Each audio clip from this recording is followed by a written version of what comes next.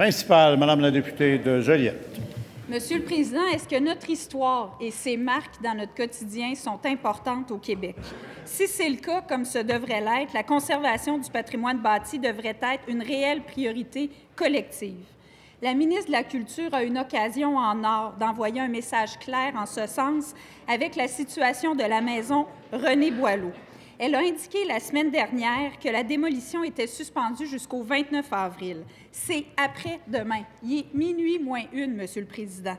La ministre nous a dit lors de l'étude des crédits qu'il y a eu 5 000 patriotes au Québec et qu'elle ne pourrait pas classer 5 000 maisons. Franchement, on lui demande de mettre de côté des réponses caricaturales pour se concentrer sur des arguments sérieux avancés par les défenseurs de la maison Boileau, qui sont d'ailleurs parmi nous aujourd'hui. Des arguments de patrimoine, d'histoire et d'architecture. Est-ce que la ministre va agir? Est-ce qu'elle va faire la chose responsable et émettre un avis d'intention pour sauver la maison Boileau? Madame la ministre de la Culture. Alors, la façon d'être responsable dans ce gouvernement, c'est d'appliquer une loi qui s'appelle la Loi sur le patrimoine culturel. La façon d'être responsable, c'est d'analyser les choses sérieusement. Je déposerai, mais vous irez le porter à la bibliothèque parce que si vous me demandez de le déposer, c'est un livre de la bibliothèque ici. Oui, j'ai le dictionnaire des 5000 maisons de patriotes, les 5000 patriotes au Québec. Là-dessus, il y en a beaucoup qui sont déjà classés. Je ne perdrai pas les secondes pour toutes les nommer, mais je pense que ça intéresserait beaucoup ma collègue. Alors, il y a énormément de patriotes dont les maisons ont été classées. J'ai donné la liste de tous les lieux, les calvaires, les cloches, les manoirs, les terrains. Il y a énormément de lieux. Maintenant, quand nous faisons une analyse de classement, peut-être que la collègue ne connaît pas comment ça fonctionne. Il peut y avoir une citation par une municipalité, puis il peut y avoir un classement à l'échelle nationale.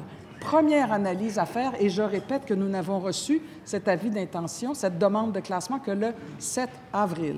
Alors, nous regardons toutes sortes de choses. L'intérêt historique de la maison, l'intérêt architectural, les intérieurs de la maison. Il faut regarder l'ensemble de la situation. Terminant.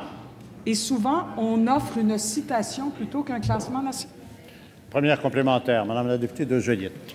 La ministre ne cesse de dresser la liste de tout ce qui est déjà classé. Est-ce qu'elle est en train de nous dire que c'est trop? Est-ce qu'elle est en train de nous dire qu'il devrait y avoir un quota dans la région des patriotes pour qu'on cesse de classer? Au contraire, la maison Boileau s'inscrit dans un ensemble. Elle s'inscrit dans une préservation de patrimoine dans la région, dans un circuit patrimonial touristique. Je lui demande de prendre ses responsabilités. Il est minuit moins une. Va-t-elle émettre l'avis d'intention qui permettrait de sauver la maison? Madame la ministre de la Culture. J'oserais dire que, et j'oserais pas prononcer le mot maison cette fois-ci, là, parce que ça va choquer les députés de l'opposition, mais des maisons, nous en avons émis des avis de classement, presque à la déception des gens d'en face, parce que, la ministre, là, mais ça leur enlevait une histoire à raconter. Mais l'histoire à raconter, elle est de ce côté-ci de la Chambre. L'histoire à raconter, elle est sur la loi du patrimoine culturel, elle est sur l'ensemble des organismes patrimoniaux que j'ai rencontrés beaucoup, et je salue les gens qui sont ici, et j'irai les saluer, vous ne me l'avez pas encore demandé, mais je vous annonce que je vais aller vous saluer parce que j'ai rencontré énormément de gens en patrimoine. J'ai rencontré Patrimoine Montréal, Héritage Montréal, Félix Lambert. Je suis en contact constant avec ces gens-là et nous travaillons très sérieusement sur le patrimoine. Deuxième complémentaire, Madame la députée de Joliette. On dirait que préserver le patrimoine, c'est un problème, Monsieur le Président. C'est pas un problème, c'est une opportunité, c'est une richesse collective. Il faut en faire une priorité tous ensemble ici. Alors, ce que je demande, il reste 48 heures. Je salue la volonté de la ministre d'aller rencontrer les représentants. Je pense qu'ils vont pouvoir lui expliquer très concrètement toute la valeur patrimoniale de cette maison. Mais qu'est-ce qu'elle va faire? Il reste 48 heures, il est minuit moins une. On veut savoir ce que la ministre de la Culture va faire.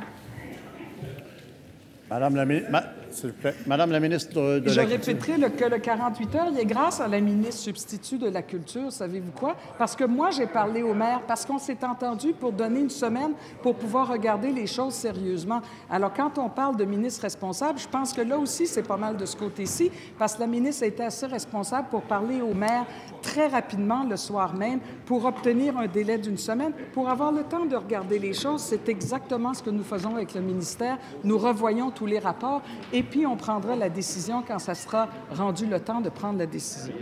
Alors, cela met fin à la période de questions et de réponses orales.